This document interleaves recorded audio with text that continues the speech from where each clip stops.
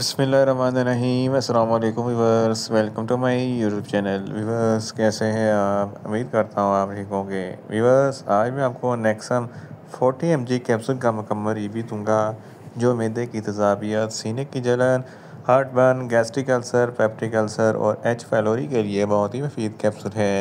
Nexon capsule को किन condition में इस्तेमाल किया जाता है, इसके फ़ायदे और नुकसान क्या हैं, इसके कॉन्ट्राइंडिकेशन क्या हैं, ये सब कुछ मैं आपको वीडियो में बताऊंगा।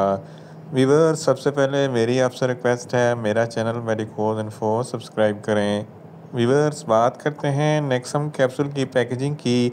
तो इसके एक पैक में 14 कैप्सूल होते हैं और एक कैप्सूल की कीमत 50 रुपये है। ये गेट्स फार्मास्यूटिकल कंपनी की प्रोडक्ट है, जो किसी भी मेडिकल स्टोर और फार्मेसी स्टोर से आसानी से मिल जाता है। व्यूअर्स, अब बात करते हैं नेक्सम कैप्सूल का फार्मूलेशन की। तो इसकी फार्मूलेशन में इसोमेप्राजोल 40 mg होता है और 20 mg की स्ट्रेंथ में भी दस्तयाब होता है, जो मैदे की तेज़ाबियत को कम करता है। व्यूअर्स, अब बात करते हैं नेक्सम कैप्सूल का सही तरीका इस्तेमाल और खुराक की। तो नेक्सम कैप्सूल दिन में एक कैप्सूल 2 मरतबा इस्तेमाल कर सकते हैं, यानी कि कैप्सूल सुबह, एक कैप्सूल शाम इस्तेमाल कर सकते हैं। कैप्सूल को खाना खाने से 15 से 20 मिनट पहले इस्तेमाल करें तो आपको इफेक्टिव रिजल्ट मिलेंगे, या आप अपनी कंडीशन या डॉक्टर की हिदायत के मुताबिक भी इस्तेमाल कर सकते हैं। व्यूअर्स, अब बात करते हैं नेक्सम कैप्सूल को किन कंडीशन में इस्तेमाल किया जाता है और इसके फ़ायदे क्या हैं। नेक्सम कैप्सूल में इसोमेप्राजोल होता है, जो मैदे की तेज़ाबियत को कम करता है। अगर आपके मैदे में बहुत ज़्यादा एसिडिटी है तो इस कंडीशन में नेक्सम कैप्सूल बहुत ही मुफीद है। इसके अलावा अगर आपके सीने पे जलन होती है या हार्टबर्न होता है तो इस कंडीशन में भी नेक्सम कैप्सूल बहुत ही मुफीद है। गैस्ट्रिक अल्सर और पेप्टिक अल्सर के लिए भी नेक्सम कैप्सूल बहुत ही मुफीद है। एच पैलोरी एक बैक्टीरिया है जिसकी वजह से मैदे में इन्फेक्शन हो जाता है, जलन और तकलीफ़ होती है। तो इस कंडीशन में भी नेक्सम कैप्सूल बहुत ही मुफीद है। ड्यूडोनल अल्सर के लिए भी नेक्सम कैप्सूल बहुत ही मुफीद है। इसके अलावा जड़, जिसको गैस्ट्रोएसोफेगस रिफ्लक्स डिजीज़ कहते हैं, जिसकी वजह से जब आप खाना खाते हैं तो मैदे में तेज़ाब पैदा होता है, जो खुराक की नाली में आ जाता है, खट्टे मीठे डकार आते हैं, हार्ट बर्न होता है। तो इस कंडीशन में भी नेक्सम कैप्सूल बहुत ही मुफीद है। स्पाइसी फूड लवर के लिए भी नेक्सम कैप्सूल बहुत ही मुफीद है।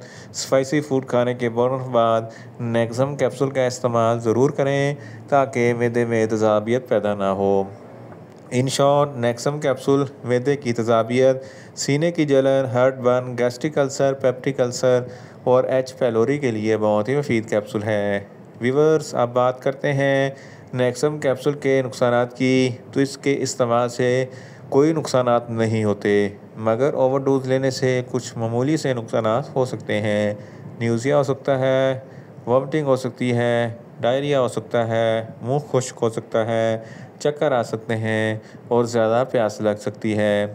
व्यूअर्स, अब बात करते हैं नेक्सम कैप्सूल के कॉन्ट्राइंडिकेशन की। तो हाइपर सेंसिटिविटी वाले लोग नेक्सम कैप्सूल का इस्तेमाल ना करें। जिगर के अमराज वाले फ़र्द भी नेक्सम कैप्सूल का इस्तेमाल ना करें। दिल के अमराज वाले फ़र्द भी नेक्सम कैप्सूल का इस्तेमाल ना करें। और छोटे बच्चे जिनकी उम्र 10 साल से कम है, नेक्सम कैप्सूल का इस्तेमाल ना करें। व्यूअर्स, ये था नेक्सम कैप्सूल का मुकम्मल रिव्यू। उम्मीद करता हूँ मेरी ये वीडियो आपको अच्छी लगेगी।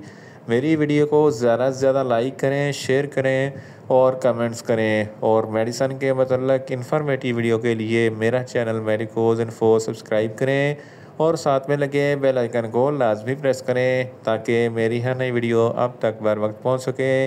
मिलते हैं एक नई इन्फॉर्मेटिव वीडियो के साथ। अल्लाह हाफिज़।